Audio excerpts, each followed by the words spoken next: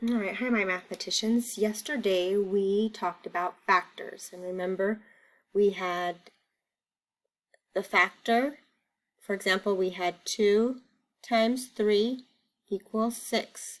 So we talked about the factors were the numbers that you multiplied. And this was called the product. This is just what we practiced yesterday. So today we're going to do it a little. So yesterday I would say, tell me all the factors of a number. Today I'm going to ask you, is 5 a factor of 35? And we're going to figure out we're going to learn ways to figure that out. So the question for the day is, how can you tell whether a number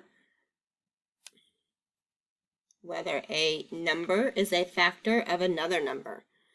So divisibility, what does that sound like? To me, I hear divisible, and that makes me think of divide. So that means if I divided this number, would it give me no remainders? Does it go evenly? For example, if I have, is 2 a factor of 6?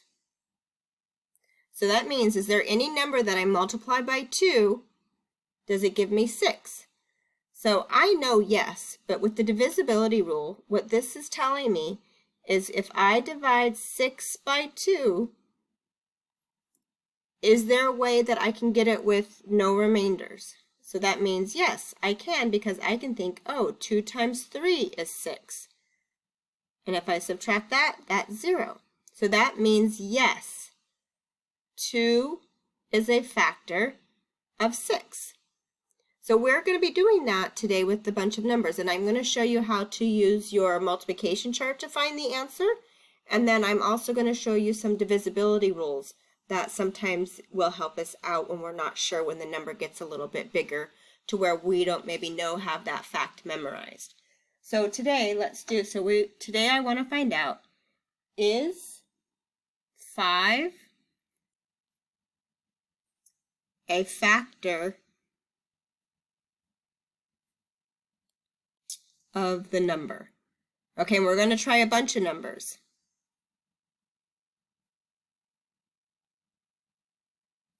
Okay, so is 5 a factor of the number? And the numbers that we are going to try is 27. I want to know if it's a factor of 27. I want to know if it's a factor of 30. I want to know if it's a factor of 36. And I want to know if it's a factor of 53.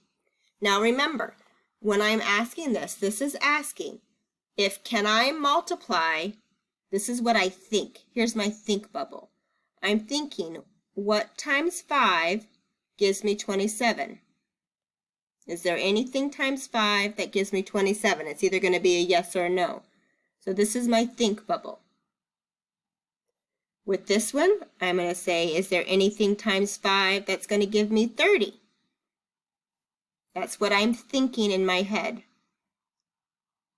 Is there anything times 5 that's going to give me 36? Remember, these are my thoughts in my head. And then this thought in my head, is there anything times 5 that's going to give me 53?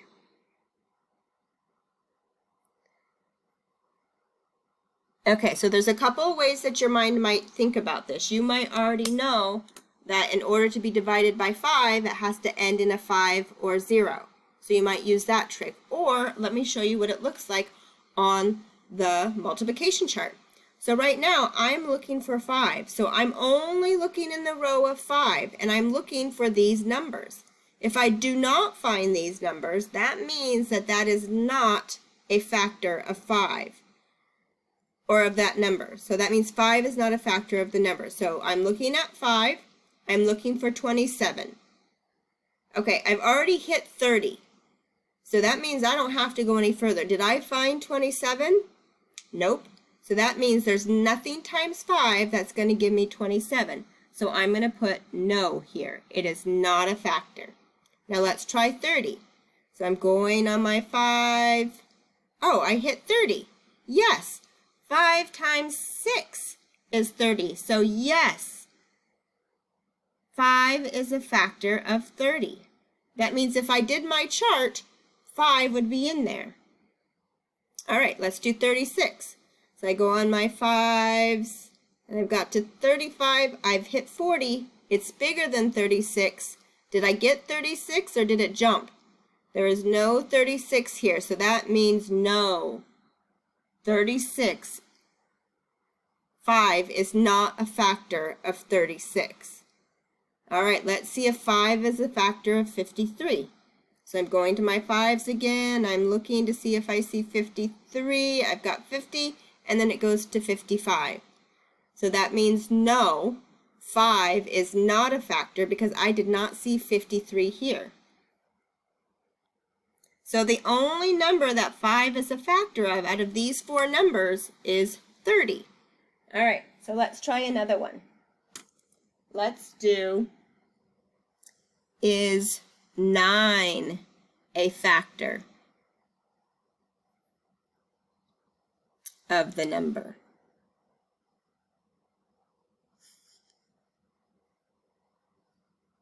Okay, and let's only do 3 of these. So we're going to do 54, 63, and 67. All right, so I'm going to do my thought bubble.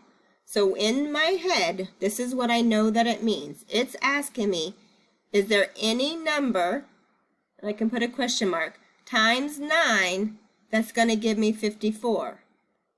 Is there any number times 9 that's going to give me 63?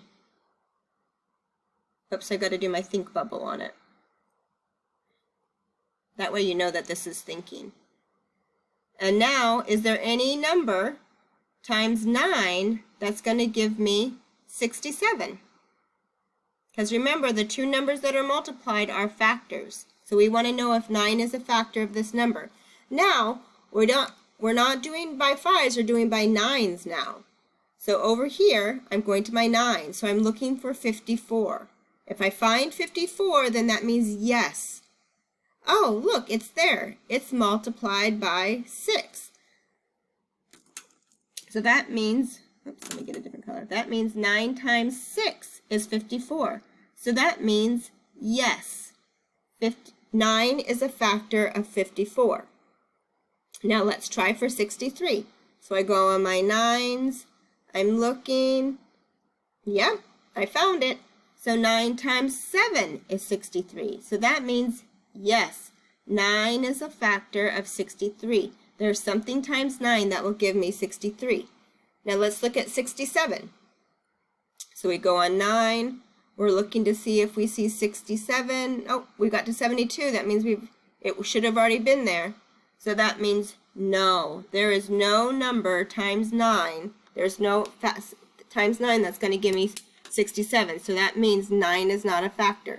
Because remember, to be a factor, that means you have to be able to multiply it by something to give you that answer.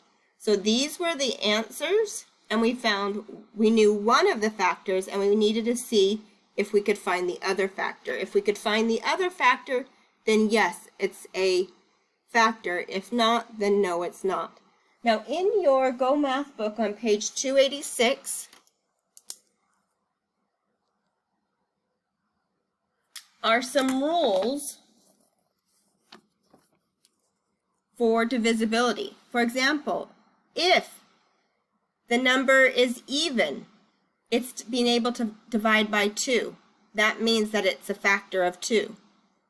If the sum of the digits is divisible by 3, that means if I add the numbers together and you can divide by 3, that means it's a factor of 3. If the last digit is 0 or 5, that means it's a factor of 5. If the number is even and divisible by 3, that means it's even and you can divide it by 3. That means it's a factor of 6. And then if the sum of the digits is divisible by 9, that means if I add the two numbers together and I can divide it by 9, that means it's a factor of 9. Now these are just helpers that if you know your multiplication facts, these will be helpful. Otherwise, the multiplication chart is going to be more helpful for you for these. But this is just for you to know And I put that on your paper, page 286, if you want to look at that some more. All right, we will be practicing determining whether a number is a factor of another number.